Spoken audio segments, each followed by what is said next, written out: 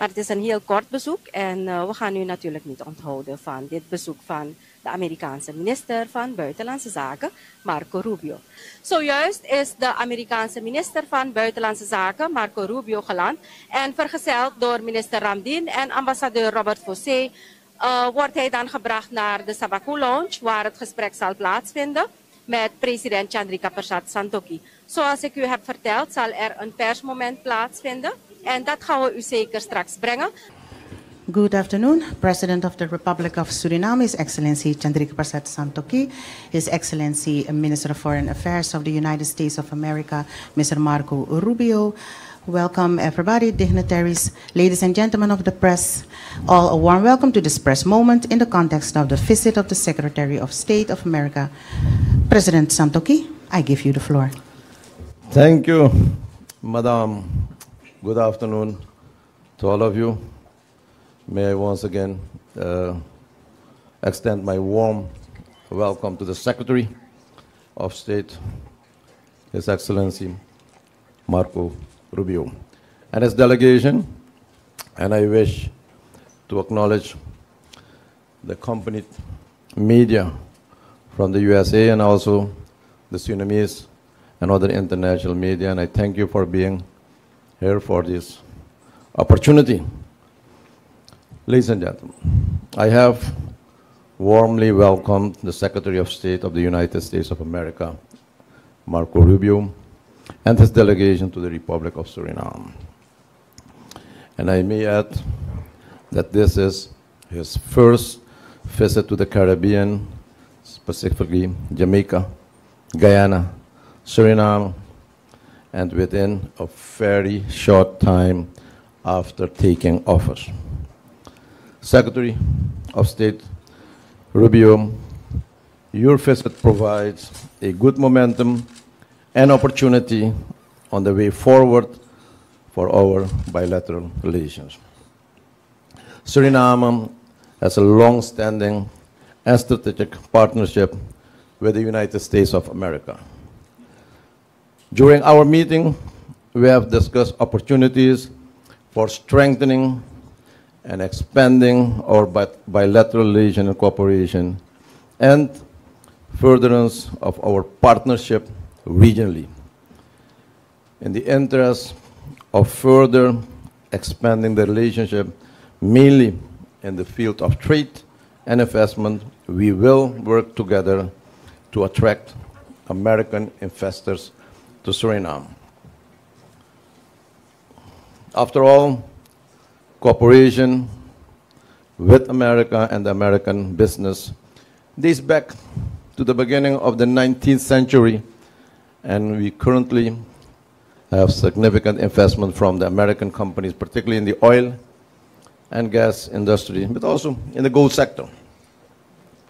And I look forward to the participation of the U.S. delegation in the upcoming edition of the Surinamese Energy, Oil and Gas Summit and Exhibition, SEOX, which will be held in Paramaribo in June of this year. The importance of energy security in the Caribbean region was also addressed and discussed with Suriname, but also with Guyana, which are playing a crucial role. Both countries will become important partners for the Caribbean and the Western Hemisphere.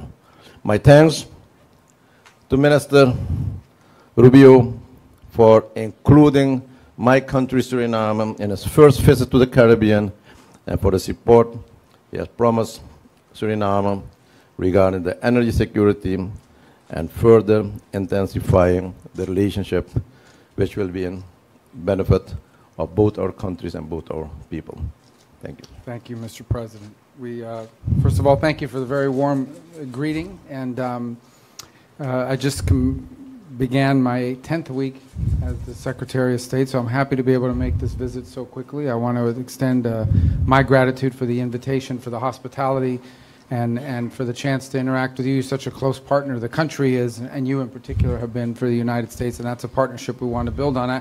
Let me begin by extending my congratulations to your Minister of Foreign Affairs, who will also be our Secretary General at the Organization of American States. It's an important organization that we want to see take on new vibrancy and new energy, and we look forward to working with you, and something that the country should be very proud of. I think it signals the growing importance, relevance, the growing presence that as a nation you have on the regional stage and beyond. And so I wanted to extend that congratulations. I also want to acknowledge, look, the foreign policy of the United States, I think over the last 20 years needs revision. It has largely ignored opportunities when we have found close partners. We have often, in our foreign policy, neglected those opportunities, and we spent a lot of time on problems instead, and on countries and leaders that give us a hard time. We're going to change that. We want to change that. President Trump wants to change that. President Trump wants to make it clear that if you are a friend, an ally, a partner of the United States, there are benefits for your country and for your people in doing so. And we want to enter it in terms of partnership. That's the way we view it. And so we wanted to take a particular interest in visiting and reaffirming our ties to both leaders and countries who have been strong partners, and you have been a very strong partner of the United States. We recognize the difficulties you faced not so long ago when you came into office and had to take on a large debt, an economy that was underperforming, and these things take a little bit of time, but now you've reached and are reaching a point of stability, and now the exciting moment is ahead. Now is the opportunity to build upon that, build upon the pillars of successful nation states, which is security and stability, so then you can reach prosperity. And that's the path you're on. And I know it's a difficult path. I know it's a path that requires a little bit of patience, but it's an important path, and the path you've put your country on, and that we want to help you sustain and be on for the years to come, because you have an opportunity to do something very special here. You really do. You have, in most countries, when they experience growth in the mineral sector and the energy sector, they often don't plan for it. They plan for generating the revenue, but they don't plan how that revenue is going to benefit the people. And you have taken the time, and your government has taken the time and put in the time to construct a plan so that these things aren't just going to generate revenue. They're going to generate prosperity. They're going to generate opportunity. That is the role of government. That is the role of forward thinking. That is the role of planning for the future. And you're doing that. And you're doing it in a way that, if done correctly and sustained, if you stay on this path, you're going to have a country that's going to transform for you in this generation. And it's going to mean something extraordinary for future generations. And we just want to be a partner. We discussed in our private meeting that, unfortunately, we are witnessing in the region how oftentimes insecurity, instability, and poverty becomes contagious. It spreads and it impacts other countries. But the reverse is true as well. Stability, security, and prosperity can also become contagious. And you have an opportunity not simply to change the destiny of the people of your country, but in other ways, and in direct ways, really help impact the security, stability, and prosperity of the region. And we just want to be helpful. We believe it is in our national interest to have a Caribbean region that is safe and stable and prosperous. And you're at the vanguard of that in what you are doing. And so we are just here to encourage you to continue to do that, because we are going to do everything we can to ensure that American companies and American firms and investors who are looking for opportunities understand there's real opportunities here. With the work you've put in to take on corruption, to establish strong rule of law and stability, so companies know if we invest in a sector, it's going to generate revenue, jobs, and opportunity for the people of Suriname. But we also know that 5, 10, 15 years from now, we're going to be safe in our investment, because we have a country that has a strong democracy, has a stable rule of law, and has a welcoming leaders who understand its importance for the people and for the future. And that's what we commit to doing, for looking to opportunities to build on all this. We've spoken about some of the mechanics of preventing drug trafficking organizations from ever getting a foothold here, of preventing these transnational crime gangs from ever getting a foothold here. We want to be your partner in stopping that from ever happening, so you never, ever, now or in the future, face the problems that some other countries are facing. And we've also talked about responsible ways, because you don't just want to, and you have the right vision for this, you don't simply just want to access the natural resources of a country. You want to do it in a way that's responsible, that protects the natural beauty of the land and preserves it so that future generations can enjoy it as well. And you have a unique and golden opportunity to do it. We're excited by your vision for it. We encourage the people of the country to sustain that vision, and we look forward to being your partner. We thank you for everything we've done together already, and what hopefully we'll be able to continue to do in the years to come, certainly as long as I'm in this role. So I thank you for this very warm welcome, and I'm excited about the opportunity. And my understanding, Mr. Ambassador, I am only the 4th Secretary of State to visit? That's correct. Mm-hmm. But how many have visited twice? All right, so we have a new. We've just set a new you. goal. We've set a new goal, and hopefully we can come back again and reaffirm that. I look forward to doing that. Thank you. Thank you very much, Your Excellencies. I give now the floor to Ivan Cairo from the Waarheid. Good afternoon. Thank you for this opportunity. Mr. Rubio, you just brushed on the topic of security. What can Suriname expect in regards to drug trafficking, combating drug trafficking? Because for years there has been discussions that the DEA will put up their office again in Suriname. Is this discussed? And also, in regard to security, there was an agreement between Suriname and the United States. The shipwrighter agreement, will that be revitalized? The police cooperation with the police of Las Vegas, how is that in your policies? And the cooperation between the National Army of Suriname and the South Dakota military enforcement, how will that come into play the next coming years? Maybe the President could also chime into that. Thank you so on much. the first, I can't speak for the South Dakota National Guard, but I can tell you it's very cold in South Dakota. And so I think they probably like coming here and being helpful. How much does it snow here? Well, we can import it. Well, they're trying to get away from the snow. But you mentioned the DA office. That's something we're going to take back as well. But here's what we want to do. Let me explain. The goal, we're having this debate in the United States about foreign aid. And this is one of the reasons why I wanted to come to the Caribbean and meet with all of these countries. For too long, our foreign aid has been driven by what we think you need. We tell you, okay, these are the 5 things we're going to do for you. Well, those aren't the 5 things you want. We're changing that. We want to make sure that we're providing the assistance that the countries need. We want to turn this power back over to our embassies under the State Department, so we're providing the assistance you need. Let me tell you the best foreign aid programs are the ones that come to an end because they've achieved their purpose. The purpose of foreign aid is not for the United States to be here for 25 years providing law enforcement. The purpose of the United States is to help you build the capacity so you will be able to do it sustainably forever. Our job is to help you become self-sustained in this regard, and not only self-sustaining, but the goal is ultimately to help you be able to do this so well that you're now teaching other countries how to do it. You now become the country that helps others do it as well. And we think we can help with technology, with personnel, with best practices. We've talked about some of this already. We want to continue to build on that. Because what you don't want to see for a country is a place where drug trafficking organizations and gangs say, that's a place where we can run guns. That's a place where we can move drugs, because they don't have the resources available to stop us. Then you become a magnet for that sort of activity, and nothing will set you back on economic growth and prosperity faster than that. When these vicious gangs get into a country, they start shooting each other and anyone who's standing in between. And it destabilizes society. You never want to reach that point, and we want to help you prevent that. We want, when these drug dealers look at the world, we want them to say, I don't want to go through Suriname because their police departments and their law enforcement is so strong, they'll catch us. Let's go somewhere else, or let's go into another line of work.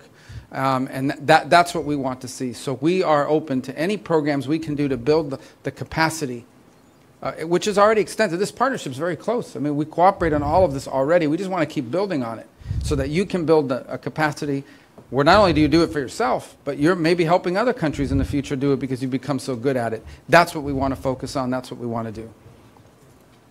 Yes, thank you, Secretary. Just to add some more information, yes, the topic of having the DEA office in Suriname again was discussed, and that will be further considered by the U.S. government. The topic on the security agreement, as you mentioned, the shipwrighter agreement, we do have a new agreement which has been approved already by the government, and that agreement has been submitted to the Parliament, and we're waiting for the approval. But after the approval, that agreement will be a very strong mechanism to get more support from the U.S. government in terms of technical support, but also material support in the interdiction program, particularly those criminal organizations who are making use of our territory by illicit dropping of illicit stuff, but also illicit lending. with the new mechanism and with the technical assistance of the U.S. agencies, will bring an end to this threat, which is very dangerous for our nation, but also the neighboring countries. Thank you very much, Your Excellencies. And now it's time for Ed Wong from the New York Times. I thank you, Mr. President, Mr. Secretary, for taking questions from us. Mr. Secretary, first to you. You've traveled throughout the region. As you know, China has a growing presence throughout the Caribbean and Latin America. You carried out an effort to limit a Hong Kong company's presence in the Panama Canal, and you talked with some reservations about Chinese projects yesterday in Jamaica. I was wondering, is it the aim of the Trump administration to try and have the two superpowers reach an accommodation or an understanding where each power limits their military, diplomatic, and economic presence in the backyards of the other powers, meaning spheres of influence for each power? And then related to China, in 2019, you supported legislation to have the U.S. government support the protesters in Hong Kong, the pro-democracy protesters. And mostly the protests are peaceful, but also occasionally they disrupted public life. And so based on your rationale for deporting campus protesters in the U.S., would you now support the Chinese Communist Party or Hong Kong authorities deporting foreigners who took part in those protests in 2019? Yeah, the first question is silly because the people that we're getting rid of in our country are vandalizing. They're not protesters. They're taking over college campuses. They're harassing fellow students. We let them in our country to study. We gave them a visa because they said, I want to go to your university, I want to get a degree. They didn't say, I want to go to university and I want to vandalize your library and I want to chase Jewish students down the street and I want to wear a mask over my face like if it's Halloween and terrorize people. We didn't give them a visa to do any of that. So we don't want those people in our country. They're not demonstrating for, they're going beyond demonstration. They are going and they're creating a ruckus. They are creating riots basically on campus, and it's unfair for students. Some of these schools are some of the most expensive schools we have in America. People pay a lot of money to go to these schools. They borrow money to go to these schools, and you can't even go to class because some lunatic who's covering their face is running through campus, spray painting things, harassing people, and they're in my country as a guest. We want them out. Every one of them I find, we're going to kick them out. On your first question, we don't talk about spheres of influence. The United States is an Indo-Pacific nation. We have relationships with Japan, South Korea, the Philippines. We're going to continue those relationships. My problem with China is twofold. The first is in many cases, we don't have American companies that have shown an interest in investing in a country, so they don't show up. You leave them with no option. My second problem is in a lot of these countries, the Chinese companies go in, they do a terrible job. Not a bad job, a terrible job. I just came from Guyana where we had to drive on a road the Chinese built. You were on the trip with us? Yep. Or did you have to go on this road? Yeah. Okay, we almost all had concussions because the road was so bad. It was terrible. They paid these people to build this road and then they bring their workers. They don't hire you. They bring their workers in to do all the work. And then, or they want you to borrow a bunch of money and then they hold it over your head. So what I want is for countries to have an alternative to that. What we want is for countries to have an alternative to that. If you're going to build a road, I want you to have a real road. They were better off with the dirt road than the road we were just on. And it's not the fault of the current administration. You know, in Guyana, that was a road that was built before, but they did a terrible job. If you did that job in America, someone would sue you for a lot of money. Okay? It was a bad road. So we want to be able to ensure that we are providing alternatives to what we think is bad work by the Chinese that never finishes on time, is always over budget, and brings their own workers, don't even hire the locals. And one more point I would make in this regard. There are certain sectors, okay, when it comes to telecommunications and so forth, where I'm just honest with people. If you're going to have a telecommunications system that is controlled by Chinese companies, you're going to have trouble having American investors come in because they don't want all their stuff stolen. They don't want all their stuff yanked out by some back door that the Chinese have installed in their telecommunications system. Again, we've had to face that too in America because Huawei was deploying in America as well. Again, we have to have an alternative, though. There has to be somebody else that comes along and says, we can do it too, and we won't spy on you when we do it. So our goal is twofold. Create these options, but not just options that don't, that are to China, options to work that involves bad workmanship, over budget, with debt attached, and using their own workers instead of yours. That's the alternative we want to provide and in any endeavor we can. Mr. President, do you have any comments on cooperation with China in this hemisphere? Well, I think the position which has been addressed by Secretary of State Rubio is quite clear what the position of the United States of America is. Our position as a country is that we are developing our countries with international cooperation with a lot of countries, more than 170 countries we are cooperating. All these cooperations are based on pragmatism, based on the need and the national interests of the countries. So in relation to China, what we are doing as a country is that we do have several areas of development. We are looking for investors. We are inviting investors. And just what the minister has said, not all the countries are showing up. And there are sometimes more countries which are showing up for their interests and their projects. So we need to keep that aspect also into consideration. My invitation to the minister was, we need the private sector of the United States. A lot of those projects which are implemented in Suriname by Chinese companies, those projects were granted through international procedures. And through international bidding procedures, our local companies, our local content are excluded.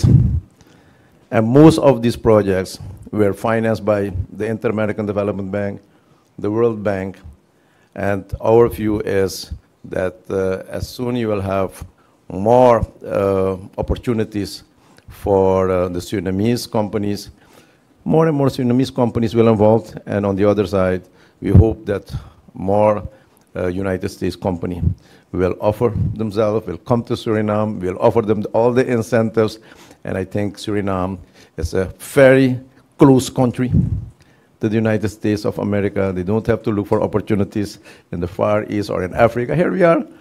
Here we have the oil and gas, and we are very happy to welcome the Apache APA. We are very happy to welcome Halliburton. We are very happy to welcome Schlumberger. And we see more and more U.S. companies coming to Suriname to invest, and they are very welcome. Thank you very much, Your Excellencies. We have come to an end to this press moment. We thank you for being here. Thank you very much. Ja, kijkers. Zojuist heeft hij dan het persmoment gehad. En dit is nu het moment waarop minister Marco Rubio zal vertrekken vanuit Suriname. Zoals ik al zei, hij heeft Jamaica aangedaan, Guyana en Suriname. Hij keert nu terug naar de Verenigde Staten van Amerika. De minister van Buitenlandse Zaken, minister Albert Ramdien. Minister, de Amerikaanse minister van Buitenlandse Zaken is zojuist geweest. Wel een kort bezoek. Kunt u ons vertellen wat het bezoek precies inhield? Het was een kort bezoek, maar heel intensief.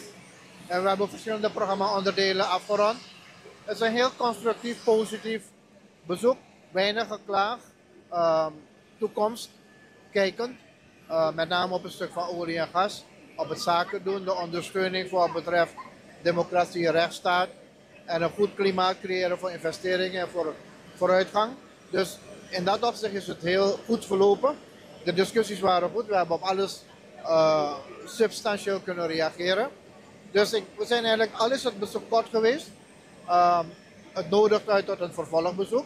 Dat die afspraken zijn ook gemaakt, dat het wel gaat gebeuren. En daarnaast gaan we dus gewoon rustig voort. Ik denk dat deze regering goed onderweg was. Dat is ook erkend. De herstel van de economie, de samenleving is rustiger.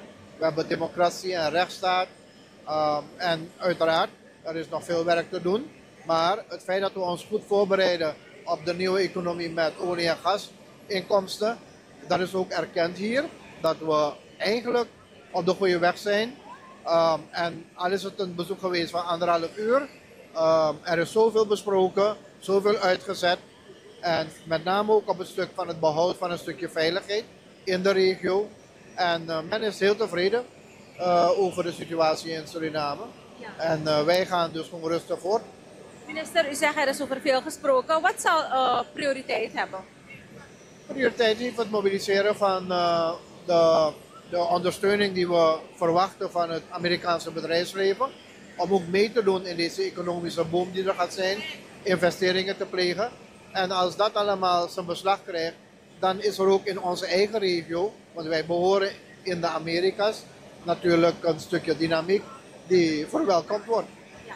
Als incoming secretary-general van de OAS, Hoe zal de samenwerking zijn met Amerika? Heel goed. We hebben hier ook bilateraal eventjes over gesproken. We hebben wat afspraken gemaakt om in Washington verder te praten. Wij weten beide welke issues spelen. Wij weten ook beide dat de OS een belangrijke rol vervult. Dat heeft u ook aangegeven. We moeten nu ervoor zorgen dat de verwachtingen die er zijn van een nieuwe secretaris-generaal om die organisatie weer op peil te brengen, op niveau te brengen, dat dat zal gebeuren. En ik zal binnenkort met een aantal maatregelen komen die mee zullen helpen dat idee, die wens in vervulling te doen gaan. Dus met de Amerikaanse regering hebben we hele goede relaties en persoonlijk ook. Dus ik denk dat we uiteindelijk wel gaan zien dat zowel binnen de OAS als in de bilaterale sfeer de relatie tussen Suriname en de Verenigde Staten, maar ook de relatie tussen CARICOM en de Verenigde Staten belangrijk zal zijn. Dit bezoek had in feite ook een symbolisch karakter om dat aan te geven.